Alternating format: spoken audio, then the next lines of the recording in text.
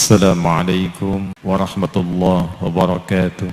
Kita bermohon semoga rahmat Allah senantiasa dicurahkan dan melahirkan keberkahan-keberkahan terbaik yang diridhai Allah Subhanahu wa taala.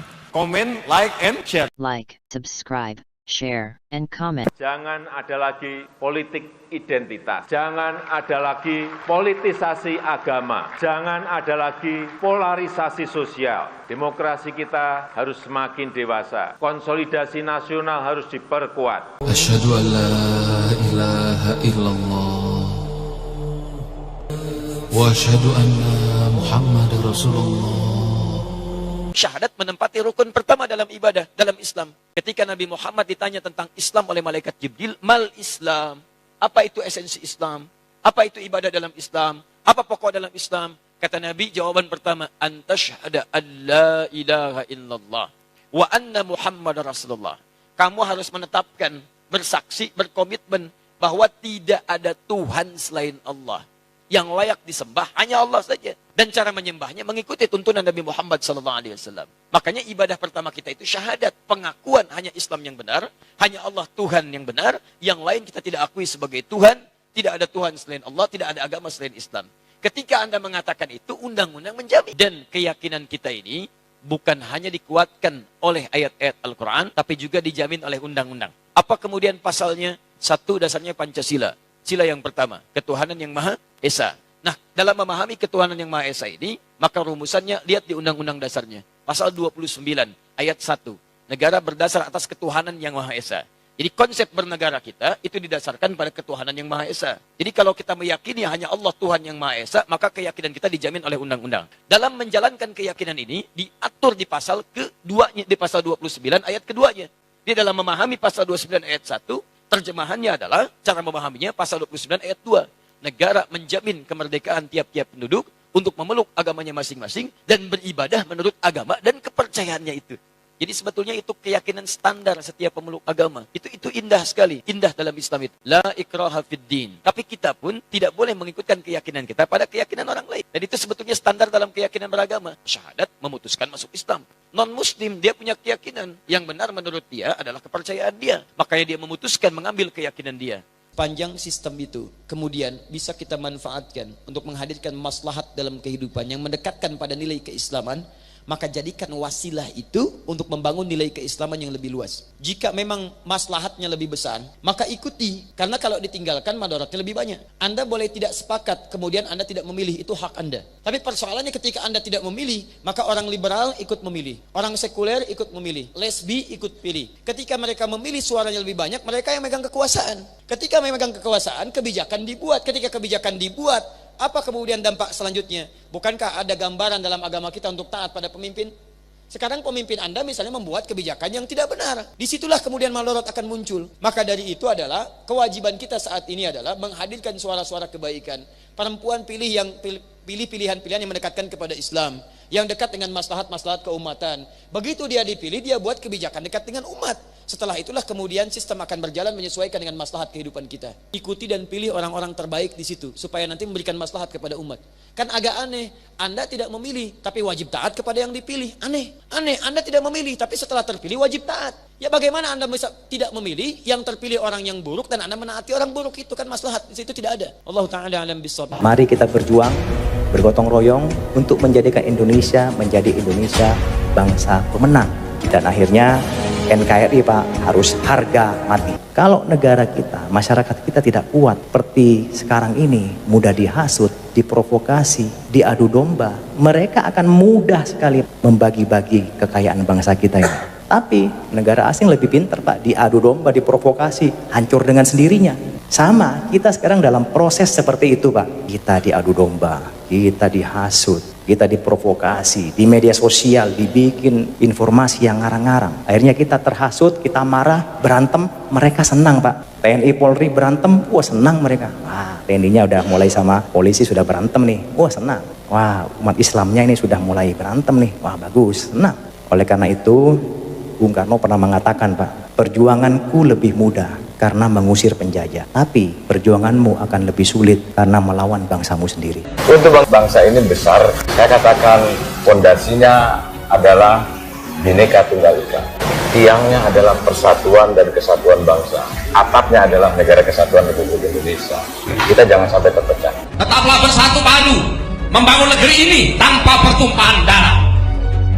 Kita betul-betul harus mempelajari agama itu secara komprehensif. Kalau keimanan menumpangi politik, ketika politiknya tumbang, keimanannya juga tumbang. Makanya saya mengatakan, kalau kemarin ada Pak Surya Paloh mengatakan politik identitas atau politisasi agama itu tidak selalu negatif, saya bantah. Kita tidak bisa menyamakan antara Jong Sumatera, Jong Celebes, Jong Java, Jong Ambon. Mereka berjuang untuk mengusir penjajah yang musuh bersama. Ini namanya politik integritas, bukan politik identitas. Kalau politik identitas itu adalah bangsa yang besar, massa yang besar dipecah-pecah untuk kepentingan dirinya sendiri dan untuk melawan musuhnya sendiri. Itu politik identitas. Politik identitas itu dimanapun akan merusak bangsa dan memecah belah.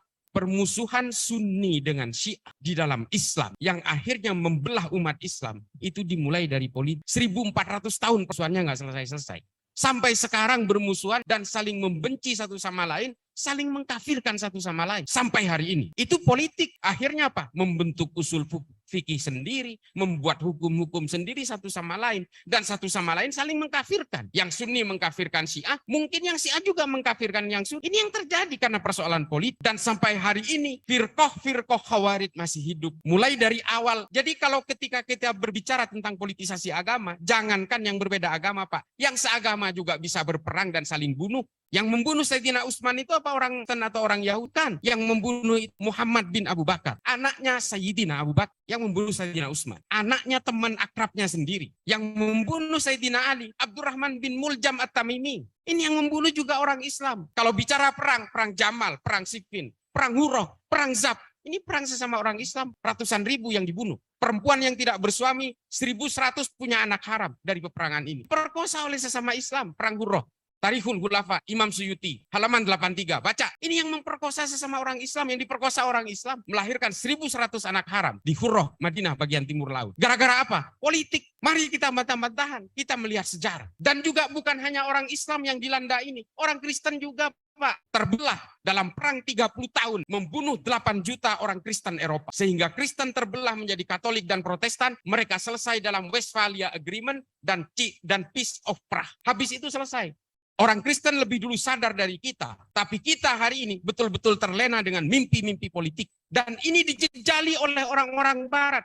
Hizbut Tahrir kantor pusatnya di London, kok nggak sadar gitu loh. Mereka menyuarakan khilafah, tapi di Inggris mereka tidak sanggup melakukan itu. Dan mereka melakukan di negara-negara Islam menyuarakan khilafah, seolah-olah ini adalah proyek masterpiece dari Tuhan. Saya selalu bantah itu, karena kejahatan-kejahatan khilafah tidak bisa kita bantah, Pak. Silahkan baca buku Haqiqatul Ghaibah, tulisannya Faraj Faudah dari Mesir. Gara-gara nulis begitu, Faraj Faudah dibunuh oleh Ikhwanul Muslimin di Nasir, karena dia memberikan kejahatan-kejahatan khilafah itu secara rinci dari literatur Ibnu Katsir, Imam Suyuti, Ibnu Mas'udi, At-Tabari, semua ditulis, Ad-Dinuri, semua ditulis di dalam buku itu. Artinya apa? Dari semua pemahaman-pemahaman yang hari ini dijejalkan kepada kita oleh agen-agen khilafah ini seperti Felix Xiao, Ismail Santo, HTI, ex-HTI, dan juga Khilafatul Muslimin melalui JI, JAD, JAK, JAT, JAS, MMI, MIT, MIB, NII. Ini semua adalah mimpi-mimpi yang ingin membakar kita semua. Kalau Indonesia ini ada di Arab, mungkin sudah pecah menjadi 15 atau 20 negara. Kemudian ideologi-ideologi yang lahir dari bangsa ini, hari ini berusaha dijejalkan paksa ke bangsa kita. Ini kan ironis, ambiguitas. Paham-paham khilafah dan sebagainya itu yang dianggap sebagai paham yang diturunkan dari langit oleh Tuhan berusaha dijejalkan kepada kita, sementara khilafah itu sendiri tidak bisa menyelamatkan dirinya sendiri. Khilafah itu tumbang 1924 diturut lewat Sultan Abdul Majid II. Sampai hari ini terkapar dan tidak sanggup mencari oksigen lagi. Dan ini hari ini yang dijejalkan kepada bangsa kita, bahwa ini adalah proyek masterpiece ciptaan Tuhan yang harus kita anut dan seolah-olah ini adalah solusi bagi semua. Ini yang harus kita pahami, bahwa paham-paham seperti ini adalah paham-paham yang sebenarnya ingin mendegradasi Pancasila secara evolusif. Ini yang harus kita pahami. Berjubah-jubah agama dengan membajak kesalehan, mereka lalu bergulir di tengah-tengah kita, di kampus-kampus kita, di generasi muda kita. Karena mereka nanti 20-25 tahun ke depan akan menjadi pemimpin dan dengan harapan mereka akan melakukan revolusi merangkak, menguasai wilayah per wilayah, enklave per enklave, hingga akhirnya betul-betul Pancasila ini betul-betul akan mati dengan sendirinya melalui regulasi-regulasi yang akan diciptakan oleh mereka. Jubah-jubah agama ini kemudian diberi sorban, diberi narasi-narasi ayat-ayat dan sebagainya. Hari ini orang-orang betul-betul terbius dengan jubah agama. Padahal kejadian seperti ini tidak hanya terjadi hari ini. Ini sudah berabad-abad. Modus penipuan politik menggunakan agama. Pasca kenabian Muhammad. Kalau soal Nabi Muhammad kita tidak perlu bahas. Ini kepemimpinan nubuah. MPR-nya Allah langsung. Nggak perlu digugat. Allah mengawal kepemimpinan Nabi Muhammad di Madinah. Ini adalah kepemimpinan yang maksum, yang akan terbebas dari perbuatan-perbuatan salah yang mengakibatkan dosa. Tapi setelah itu, manusia biasa yang memimpin. Mulai dari Abu Bakar, Umar, Utsman, Ali. Ini semua adalah para sahabat yang pada prinsipnya ring satunya Nabi Muhammad, tapi sebenarnya manusia biasa. Lalu apakah saya ingin mendevaluasi dari para sahabat itu? Tidak. Wallahi tidak. Ini adalah orang-orang suci. Saya selalu menyebut nama Sayyidina di belakang mereka. Karena ini adalah bagian dari ring satunya Nabi Muhammad dan mereka mewarisi hadis-hadis ribuan hadis sahih. Tapi bagaimanapun, ketika mereka terlibat dalam pergumulan-pergumulan politik, mereka tetap saja bergumul dengan kejahatan-kejahatan yang melingkarinya. Kalau bukan dilakukan oleh dia, pasti dilakukan oleh orang lain. Inilah politik dalam konteks beragama. Kalau kita lihat misalnya, kejahatan-kejahatan yang terjadi di seputar khilafah, Khulafaur Rasyidin ini harus kita pahami penuh dengan kejahatan-kejahatan. Hari ini yang dijual khilafah itu adalah soal proyek-proyek masterpiece seolah-olah Muhammad Al-Fatih menaklukkan Konstantinopel itu atas nama Islam. Saya bantah ini. Ini adalah ekspansi kekuasaan. Kalau kita mau tahu kita hari ini dibanggakan dengan khilafah yang menguasai Eropa hampir 700 tahun. Seolah-olah ini adalah kekuasaan Islam. Bukan. Ini kekuasaan politik orang Arab yang ingin menjajah Eropa. Islam tidak mengenal pembunuhan. Bani Umayyah menguasai Eropa mulai dari semenanjung Iberia sampai ke pinggiran Toulouse di Prancis. Membunuh 21 juta orang. Ini bukan Islam, Pak. Ini politik yang menggunakan jubah-jubah keislaman. Setelah kekuasaan terakhir Islam tumbang di Granada di bawah Amir Muhammad ke-12, apa yang terjadi? Keimanan Islam juga tumbang di Eropa, tidak menyisakan satu genetik pun orang Islam di Eropa. Kalau hari ini ada orang Islam di Eropa, itu imigran atau pengungsi dari negara-negara Arab. Tidak ada satu genetik pun disisakan. Masjid menjadi gereja, istana raja menjadi museum dan sebagainya. Sampai hari ini, itu yang terjadi kalau kita lihat di Spanyol misalnya, atau di Itali. Gereja-gerejanya itu bekas masjid, makanya ada menara dan sebagainya. Itu yang disisakan. Kalau keimanan menumpangi politik, ketika politiknya tumbang, keimanannya juga tumbang. Makanya saya mengatakan Somalia hari ini betul-betul menginginkan dan menyesali. Kenapa sih Somalia itu nggak punya Pancasila sejak dulu? Ini diutarakan langsung oleh Menteri Agamanya. Mereka ingin menanyakan konsep bagaimana Indonesia menangani radikalisme dan intoleransi. Kuncinya satu, Pancasila. Kalian harus punya Pancasila, harus punya NU, harus punya Muhammadiyah. Ini resepnya. Dan hari ini mereka sedang merumuskan. Karena mereka heran, Pak, di Somalia itu. Ini saya dibantah di YouTube, entah oleh siapa dibantah. Saya mendengar langsung dari mereka. Mereka mengatakan langsung, Kementerian Somalia mengatakan, Pak, faham kami ini sama. Ulama-ulama kami semua jebolan dari Mekah. Kami sama sepakat mengharamkan ucapan Natal, mengharamkan musik. Sama, kami penganut Salafi Wahabi semua. Tapi perang di sini nggak pernah selesai. Tuh, ya inilah produk al-wala wal-bara itu. Membangun monoloyalitas